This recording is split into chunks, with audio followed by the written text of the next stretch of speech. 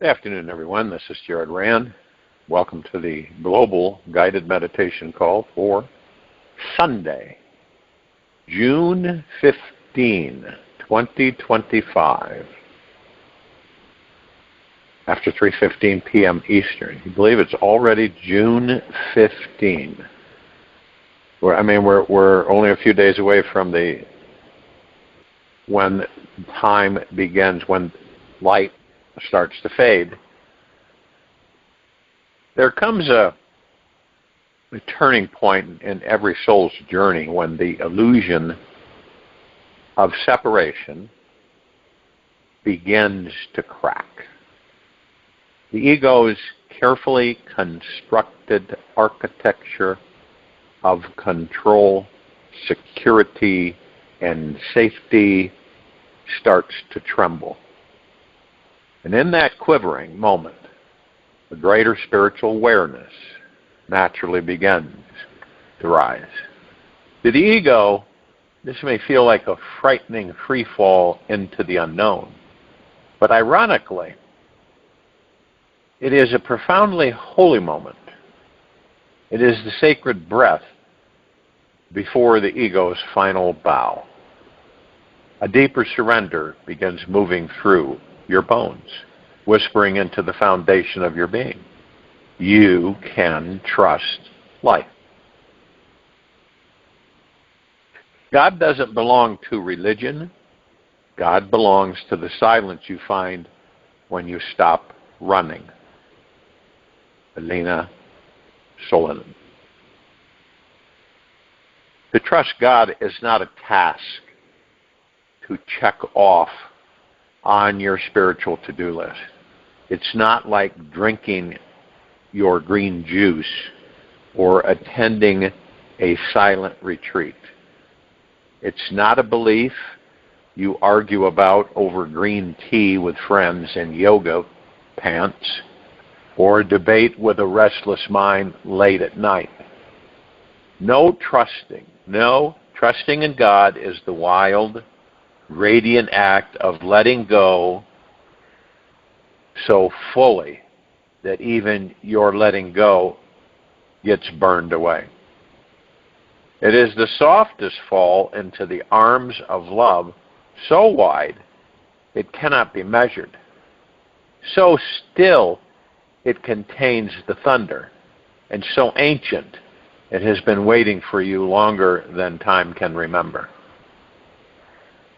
And it often shows up the strongest when your greatest fear comes to sit beside you in bed.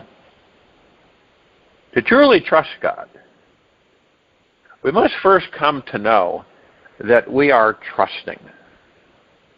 How can the heart surrender to something it does not fully understand or comprehend or recognize?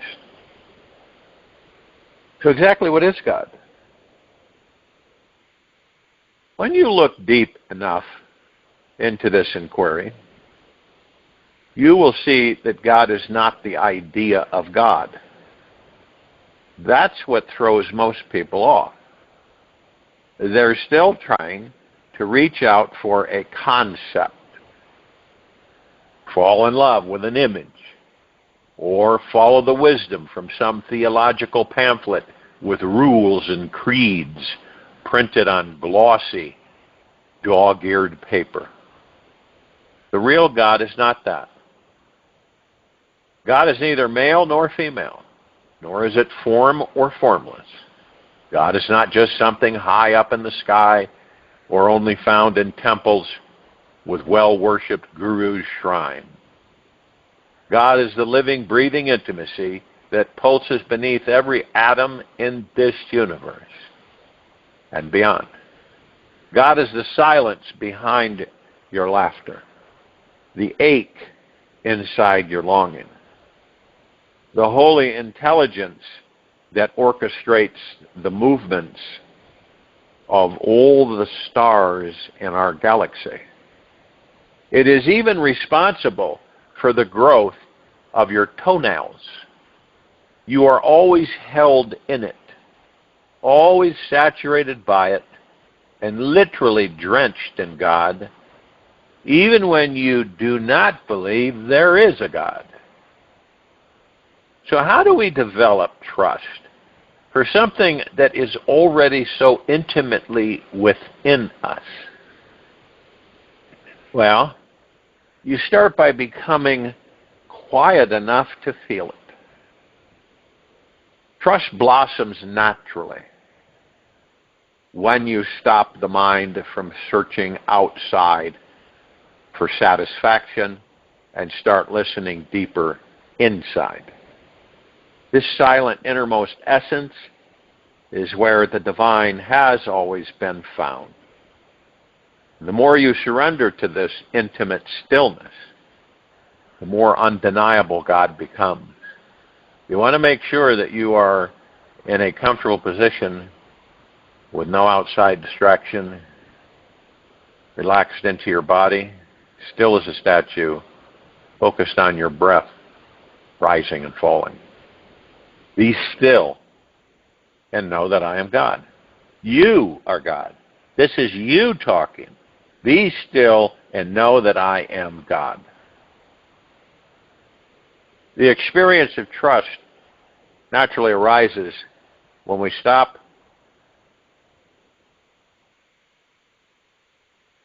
forcing the outer world to fit our will and begin to relax and be open to the mysterious holy will of the one who breathes us. Breathes us.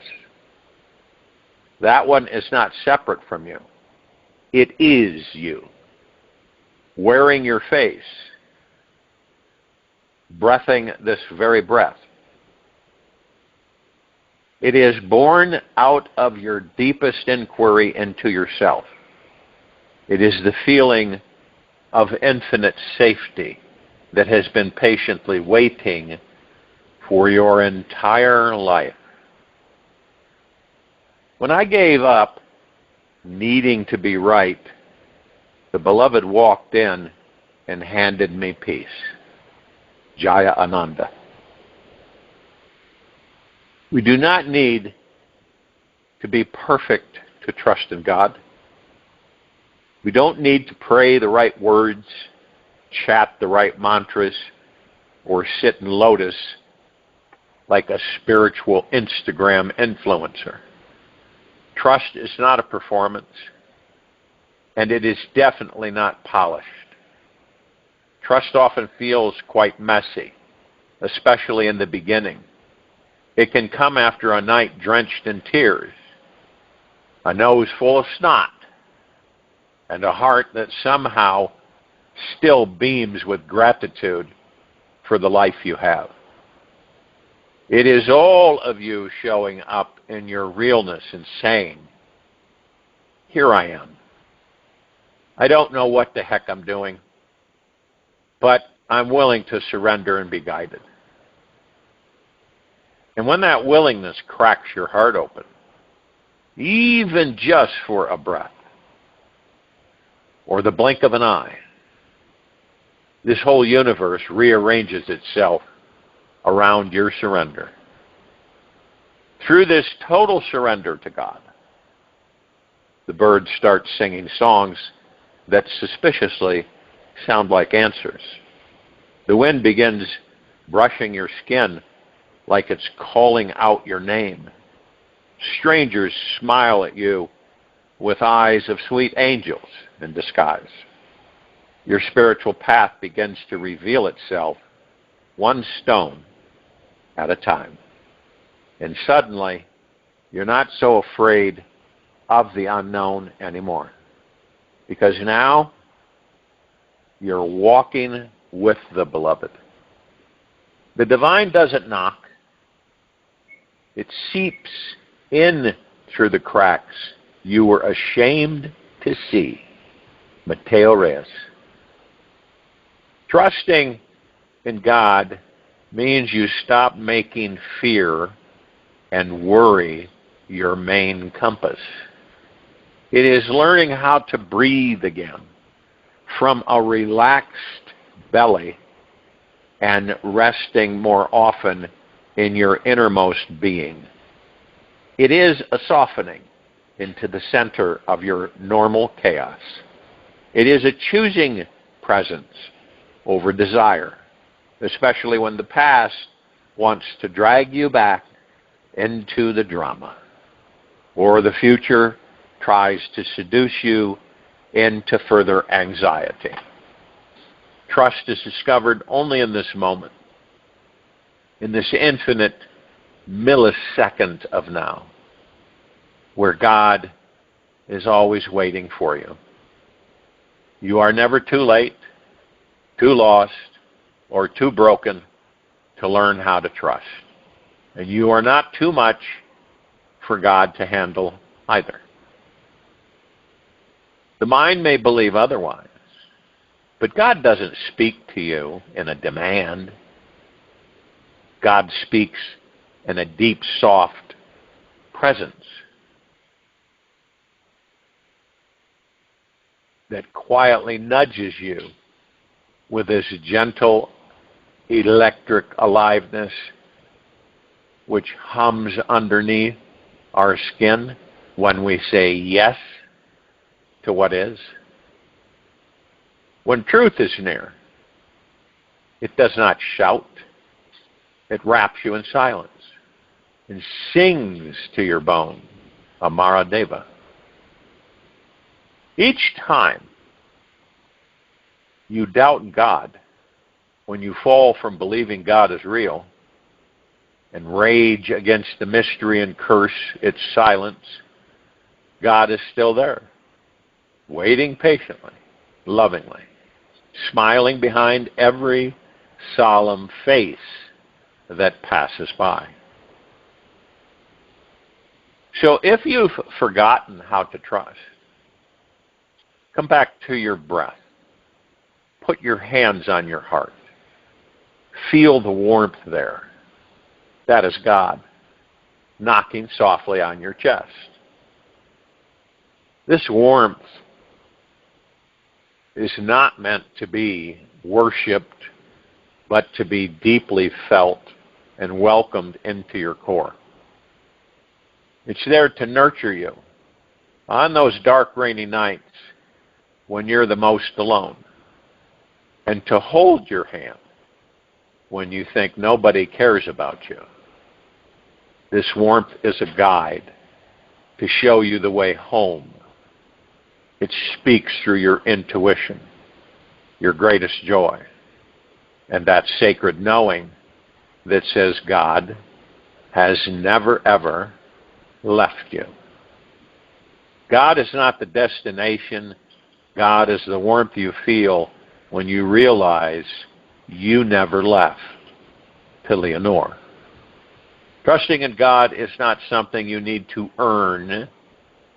It is your birthright and written inside your DNA.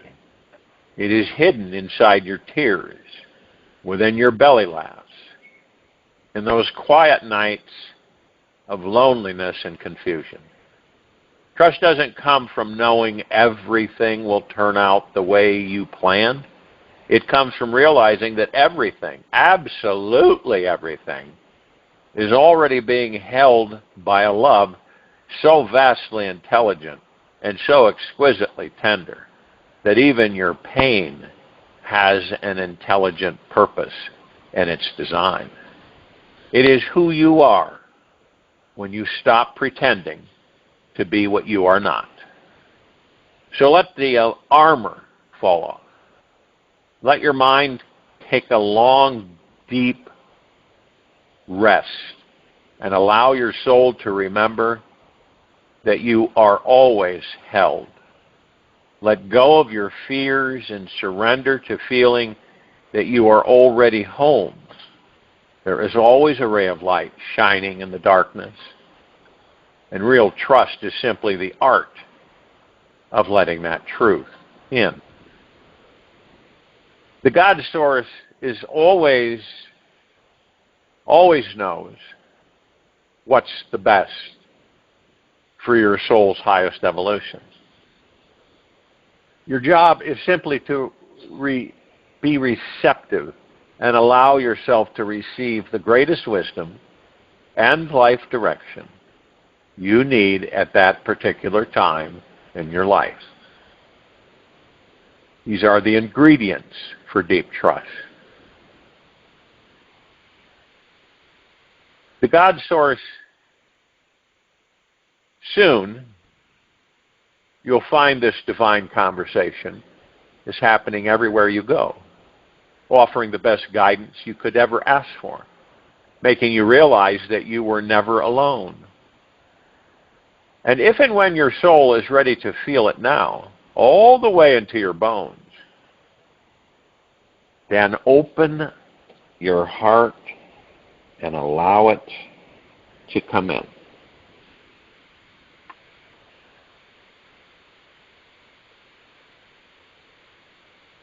We have this,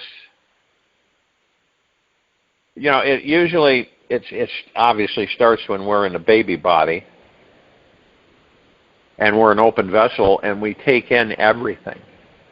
And then we have a thing called a subconscious mind that plays it all back in random. There's no real sequence. It just plays it back randomly. And we have no memory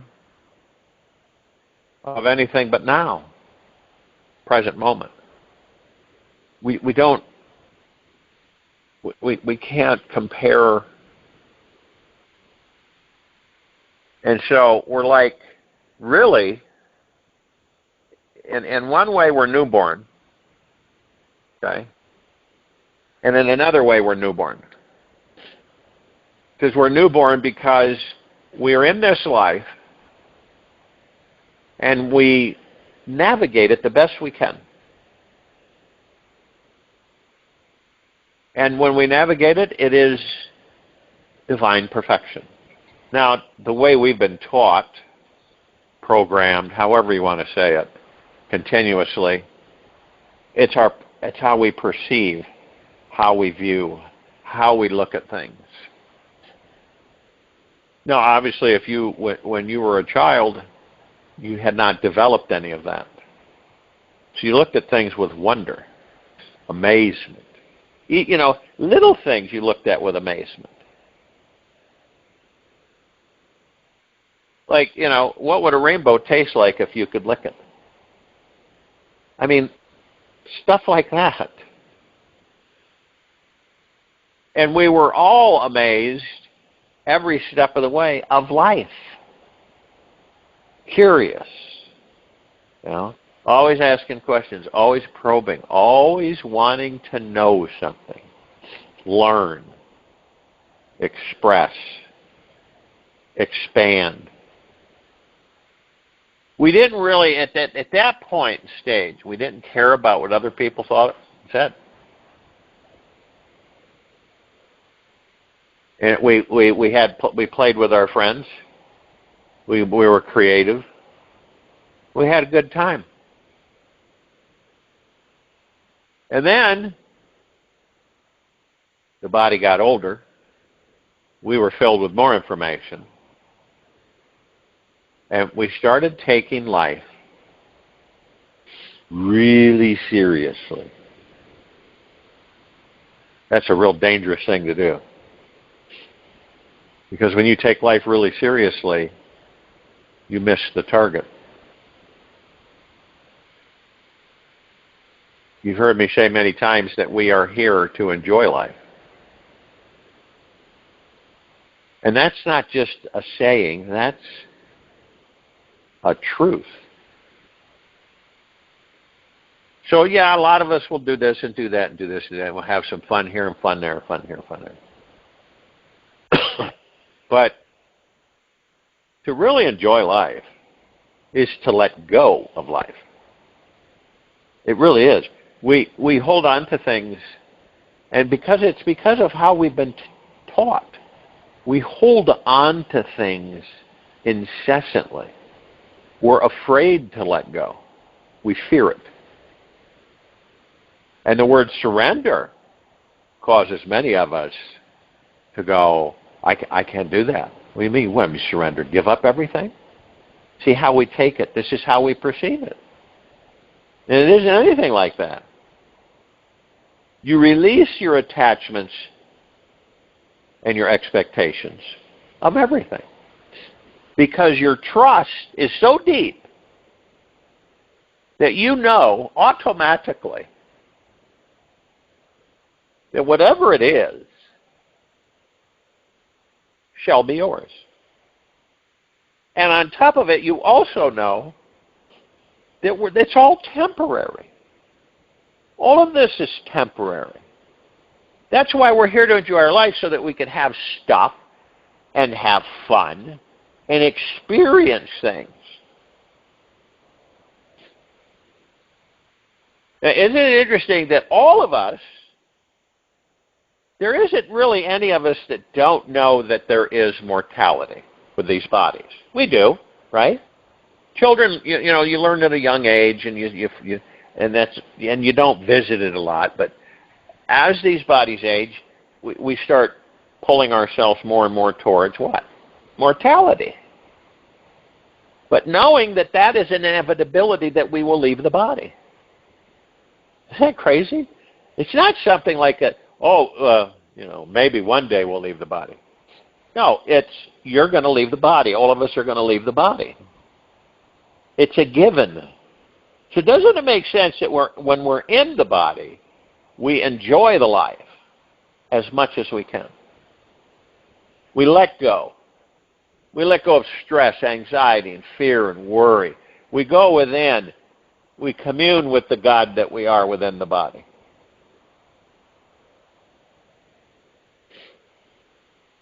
What does commune mean?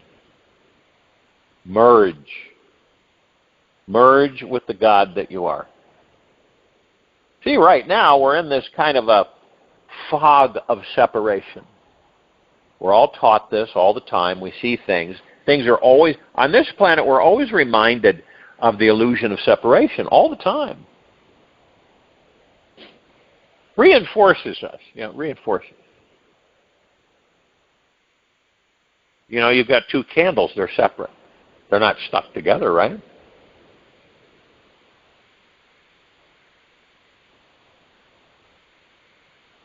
So,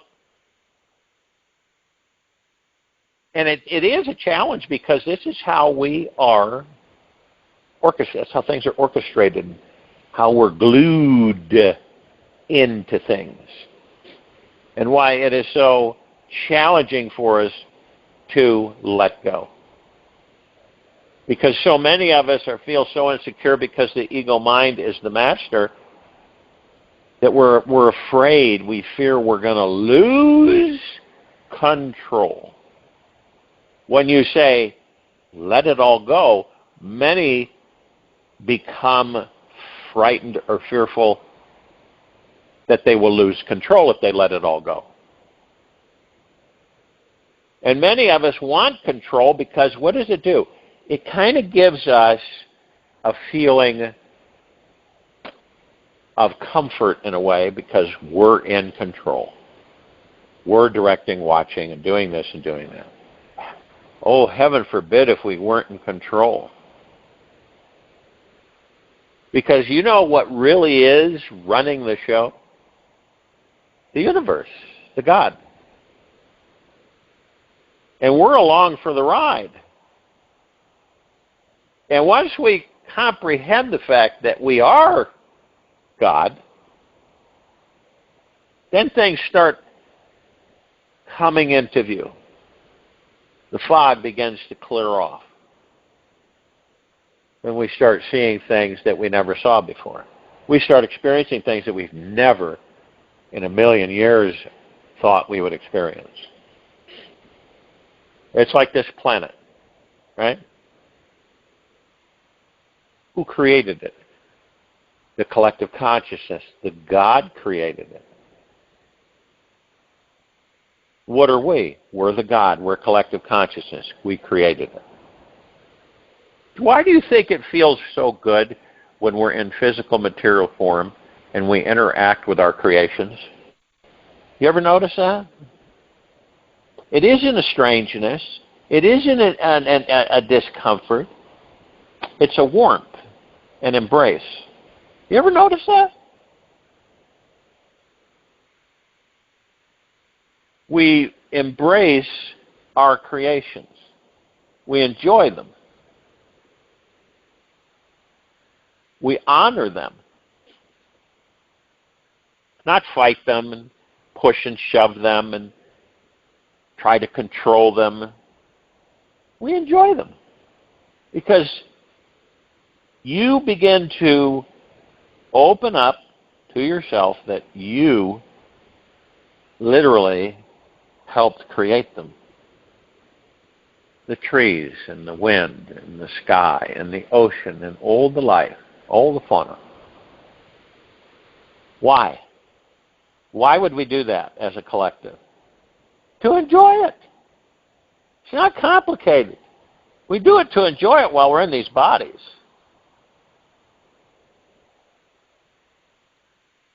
And we never stop. You ever notice that on this planet they're constantly discovering new species, in the deepest depths of our oceans,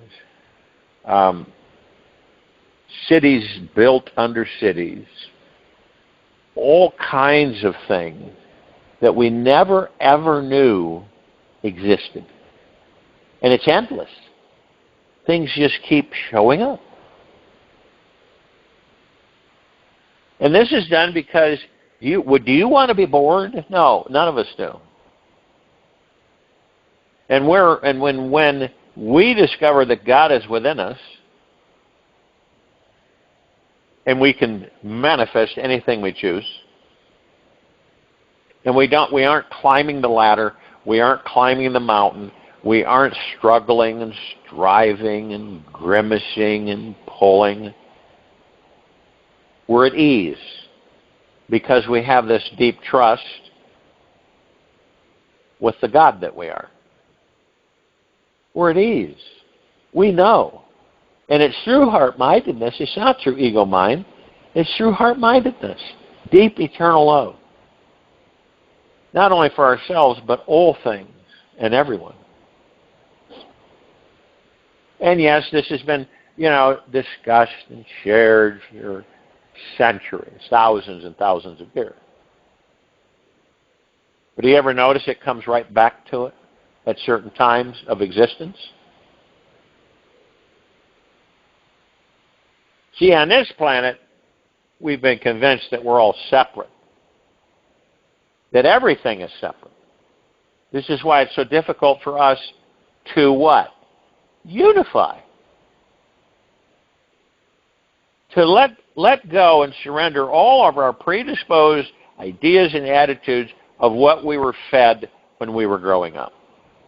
Because it's all wrong. It's not truth.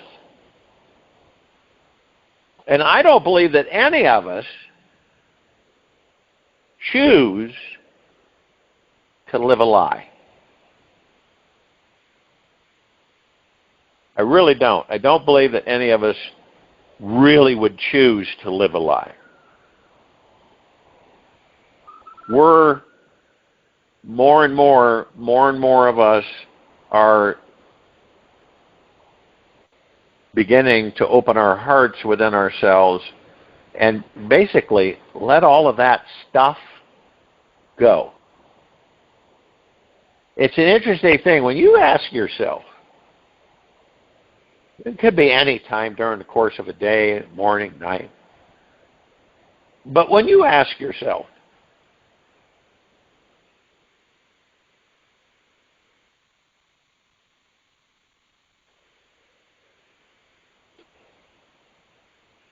does this serve me the greatest good? And I'm talking about with yourself totally straight up. Clear, concise, not confused, stressed, or pressed. Does this serve me the greater good? Because you know what? You're the only one that knows that. Yeah, the universe, but I'm talking about you.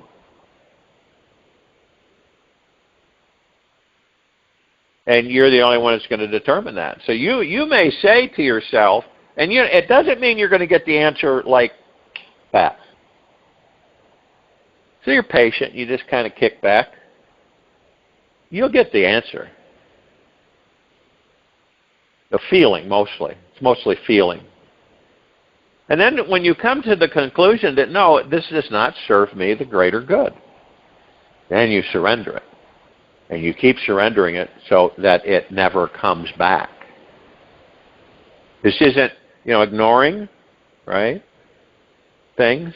It's looking them right in the eye and asking, does this serve me the greater good? And that's the way it is through everything. Because we determine for ourselves what does serve us the greater good. Okay? It's kind of like house cleaning, you know what I mean? But it's a house that hasn't been cleaned or lived in for a very, very, very long time. Because we don't realize all the things that we stash and push and, collect in the closets. And then we get really surprised when we decide, well, it's time for me to go in and tidy up, right? And you go in and you go, oh my goodness, look at all this. Where did all this come from? Oh, there's that experience I was looking for. Look at that. I remember these things. But you never took the time to sit with them and surrender them so that they were gone. And many of us do this. And why is that? Well, it does boil down to a trust. And the trust is shaky. It's not firm. And so we question a lot of things about ourselves. We judge a lot of things about ourselves. And this stuff accumulates, right? It accumulates, it grows and collects. And just like if you were in a dusty environment and you didn't clean the top of a table for who knows when, you would see a thick coating of dust on that table. So instead of eliminating it and saying, well, look at all this dust, I'm going to eliminate this dust. Well, I don't really need to do it now. I'll just let it set. We all do it. None of us are exempt from it. And it isn't a negative. It is an awareness as we get to the point where we say, my closets are too darn stuffed with stuff. I got to sit down with myself, and I want to sit down with myself to surrender the stuff and to ask myself, does this serve me the greater good? Really? Does it? And you're truthful. This is where you exercise the trust that you are. You exercise it. Okay. Sometimes you'll hear somebody say,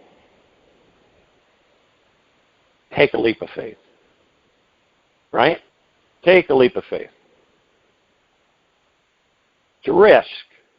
Oh, no, there's a lot of people that say they aren't risk takers. No. That's not safe. And the funny thing is that everything that we learn is connected to a risk of some form. Isn't that wild? Everything that we learn is connected to a risk of some form.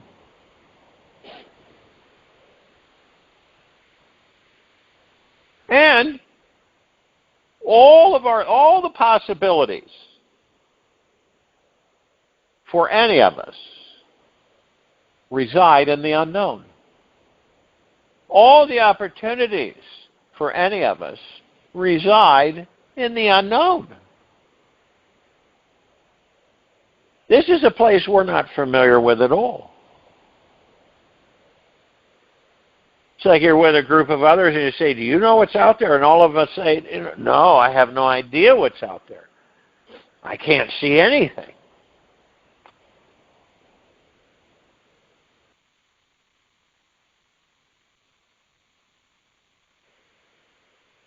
Are you going to go? No.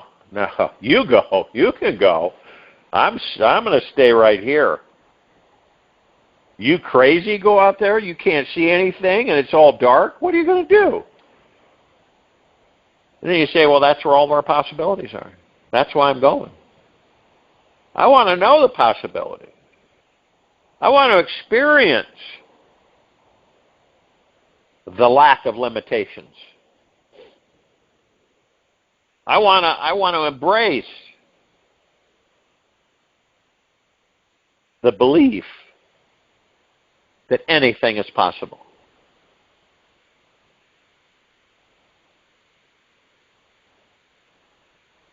And this is something that we can practice all the time.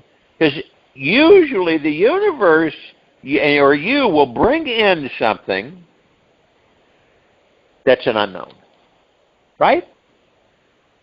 That is an unknown. And it just depends on the trust you have within you.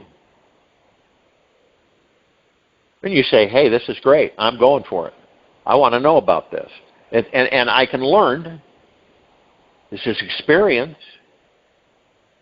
It's not a fashioned experience that I'm aware of. It's just an unknown. It's like, what would happen, do you ever think, what would happen if all of us on this planet woke up the next morning and we were all unified? We knew we were one. We just knew it. We felt it.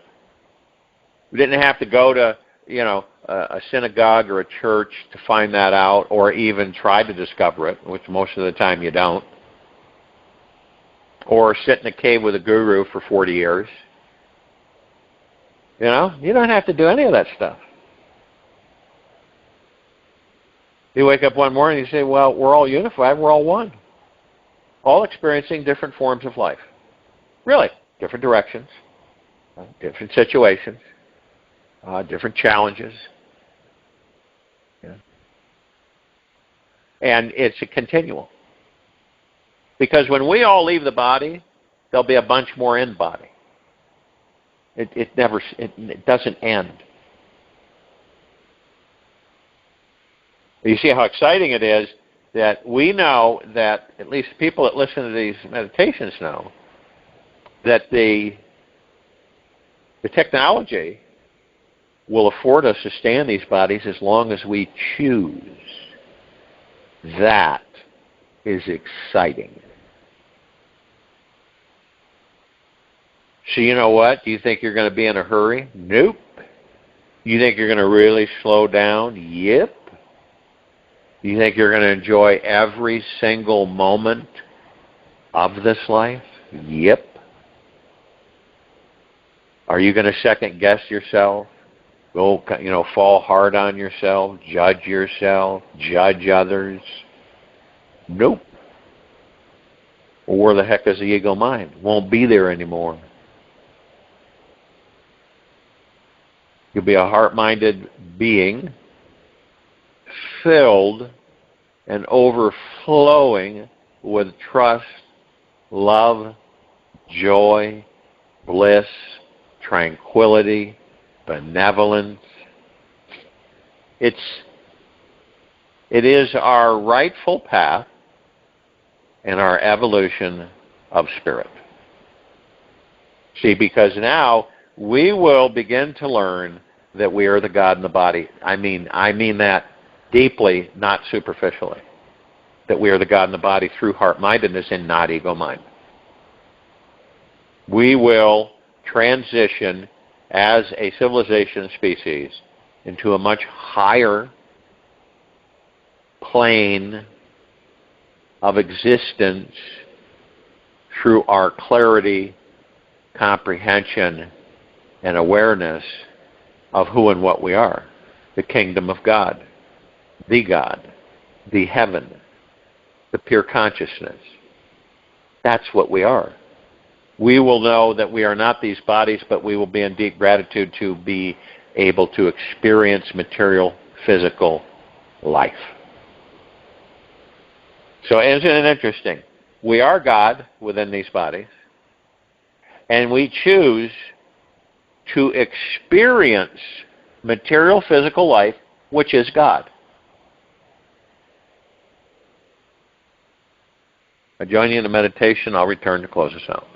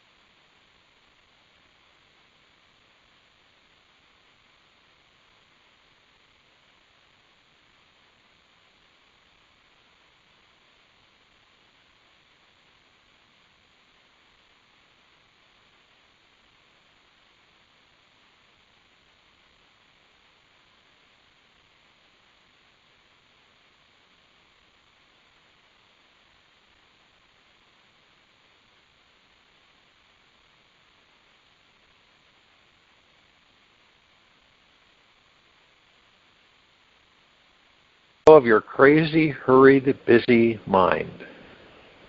Only through letting go can you shift your life and instantly experience the most profoundly sacred and expansive feeling in your body.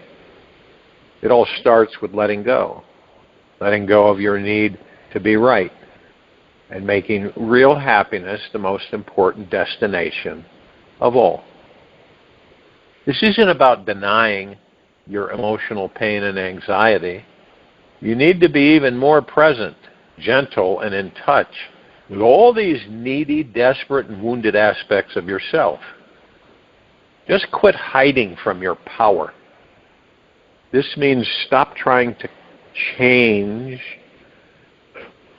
improve, and fix these wounded, orphaned parts of you. These paths need love, compassion, and a deeper listening. Stop this perpetual criticism, pushing, and condemnation. Simply state that your truth today is to enjoy being you, all of you, and invite in the most genuine healing love you can find for yourself. You can do it. Crazy, wonderful freedom at last can be yours. Take this with you for the rest of the day and the evening and night and the following morning. We'll return here Monday, June 16, 2025, after 3:15 p.m. Eastern, to continue our global guided meditation call. Be gentle, kind, generous, and humble with yourself at all times. Be in the highest of the highest high, deepest of the deepest deepest, purest of the purest purest, eternal gratitude at all times. No matter what's going on within you, nor outside of you. Open your heart and allow the magic to flow in.